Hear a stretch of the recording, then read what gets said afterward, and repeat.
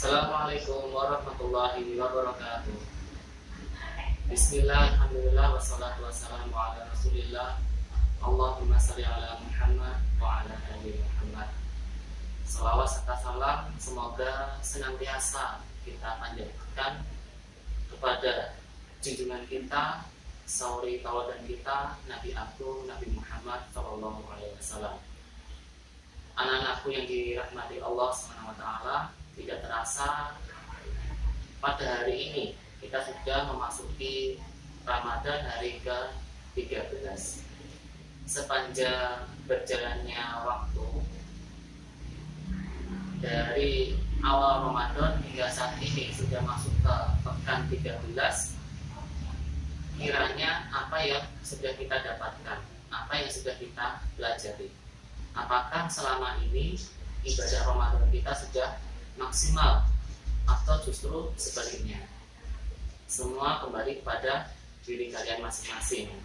Semua kembali pada dirinya sendiri yang bisa mengkoreksi. Karena yang mengetahui sejauh mana target yang didapatkan itu adalah diri kita sendiri. Pada kesempatan kali ini, izinkan Ustaz membawakan kultum yang bertemakan menghabiskan waktu untuk belajar. Anak-anak yang dirahmati Allah SWT, mengenai belajar, mari kita lihat bagaimana para ulama terdahulu menghabiskan waktunya untuk belajar atau menuntut ilmu.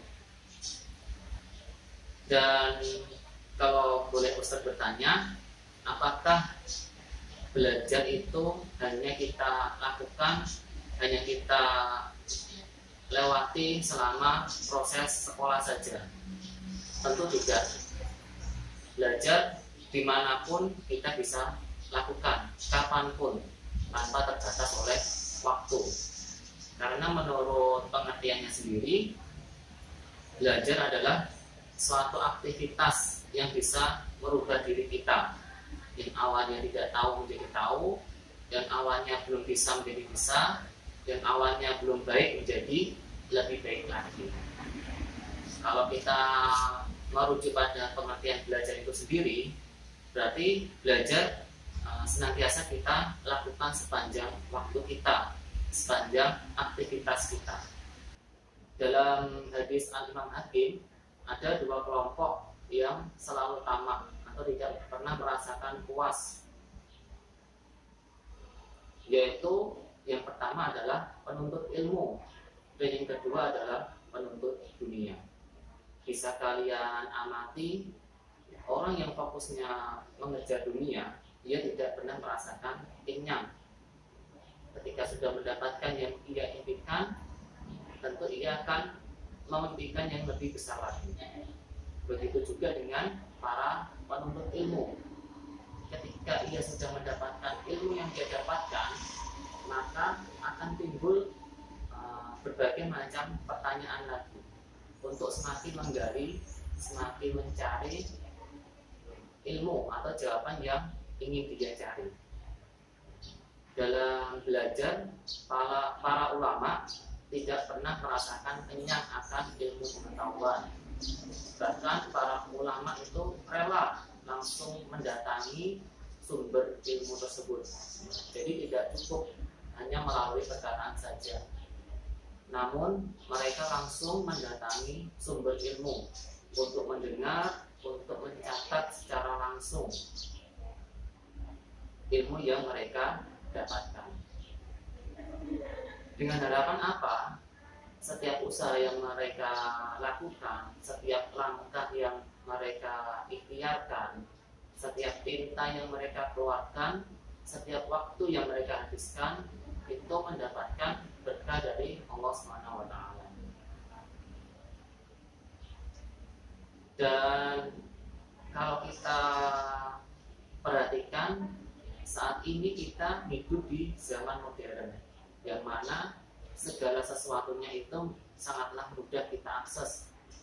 Untuk kita pelajari sudah terfasilitasi Google. Apa yang kita ingin cari sudah terfasilitasi di Google. Tapi mengapa kalau kita bercermin dari ilmu yang didapatkan para ulama, ilmu yang kita miliki sangatlah jauh. Itu yang menjadi pertanyaan kita. Apa yang mengakibatkan apa yang kita dapatkan takarannya atau kualitasnya berbeda dengan apa yang ulama dapatkan. Padahal kalau kita lihat dari segi fasilitas, dari segi kemudahan, zaman kita lebih mudah dibandingkan dengan zaman atau era para ulama terdahulu.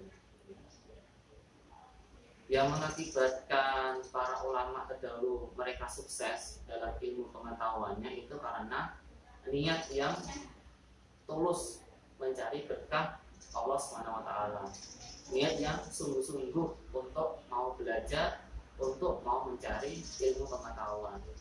Mungkin itu yang mengakibatkan mengapa ilmu para ulama terdahulu lebih berkah atau lebih bermanfaat daripada apa yang kita dapatkan saat ini.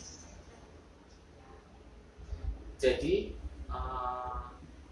anak-anakku yang dirahmati Allah SWT, dari sini mari kita mencontoh para ulama menghabiskan waktunya untuk belajar, mulai dari caranya menuntut ilmu, kemudian mulai dari semangatnya untuk mau menuntut ilmu. Itu yang perlu kita contoh, itu yang perlu kita terapkan dalam diri kita. Dengan harapan apa? Segala sesuatu yang kita pelajari, segala sesuatu yang kita gali itu mendapatkan berkah, dan segala sesuatu yang berkah itu akan tentu bermanfaat bagi diri kita maupun bagi orang lain. Di akhir kultum ini Ustadz ingin berpesan, ya, jadilah pelajar yang terpelajar, jadilah pelajar yang berakhlak.